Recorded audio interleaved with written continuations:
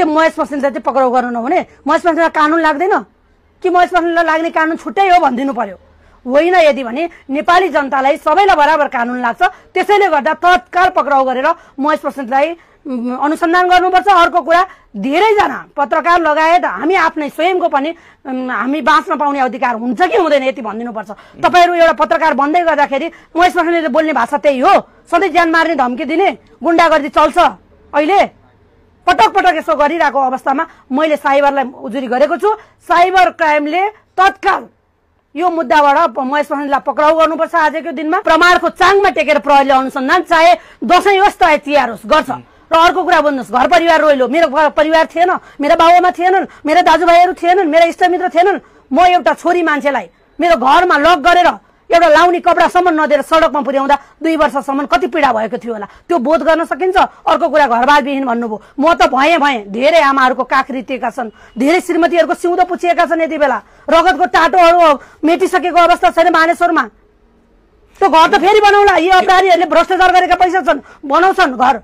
Concrete जल्दा त्यत्रो अब शोभा पाठकलाई चाहिँ आफ्नो क्षेत्राधिकार भन्दा बाहिर लगेर ललितपुर गएको बेलामा 2 घण्टाभित्र पक्राउ गर्न सक्नुभयो तपाईँहरूले। महेश बस्नेतलाई किन गर्नु भएन? पटक पटक मुद्दा मैले हाल्दाखेरि तपाईँलाई लभ लेटर दिएको हो। केपी शर्मा ओलीले छोपेर राखेका थिए। केपी शर्मा ओलीको कामै यस्तै हो, बलात्कारीहरू, हत्याराहरू, भ्रष्टाचार गर्नेहरूलाई दायाँ माया राखेर छपक्क छोपेर राख्ने काम हो। फलस्वरूप आज केपी शर्मा ओलीले पाएको उपहार हो यो। आज सरकारको प्रमुख हुँदै गर्दा हेलिकप्टर लिएर भाग्नुपर्छ? यो देशको प्रधानमन्त्री यो विडम्बना होइन।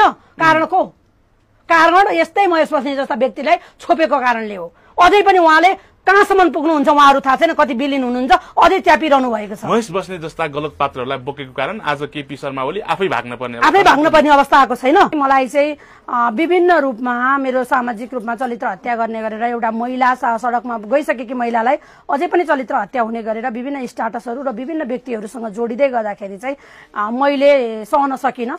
र महेशजीले त्यो गर्नुभएको थियो गरेर महेश बस्नेतले आफ्नो फेसबुक वालमा चाहिँ स्टाटस लेखिसकेपछि धेरै पटकै मैले 1-2 पटक सहेँ। उनीहरूले हालेका मुद्दा पनि मैले सहेँ। म किनकि प्रहरीलाई सहयोग गर्नुपर्छ, म यो देशको कानुन मान्ने व्यक्ति हो भनेर म प्रहरीलाई आफै बोलाएर म आफ्नो प्रहरीको नियन्त्रणमा गएर सघाउ गरेर आएको थिएँ। केपी शर्मा ओलीलाई तत्कालै गिरफ्तार हुन्छ गराउँछन्। जेएनजीका भाइ बहिनीहरूका रगतको टाटाहरू मेटेका छैनन्, ती आमाका आँसुहरू पुछिएका छैनन्। धेरै मान्छेहरू आउनेवाला छन्। मलाई लाग्छ यो दसैँ 2 दिन मान्न देलान् नदेलान् थाहा छैन, तत्काल यो सरकारले चाहिँ केपी शर्मा ओलीको सेटैलाई पक्राउ गर्छ। जेएनजी पुस्ताको आन्दोलन भन्दा पश्चात अघिल्लो कार्यकालसम्म, अघिल्लो सरकारसम्म शक्तिशाली दाबी गर्नेहरू यति बेला पेलनमा चेपुवामा परेका छन्। विशेष गरी पछिल्लो समय महेश बस्नेत पक्राउपटे चर्चा चलिराखेको छ र यति बेला महेश बस्नेतलाई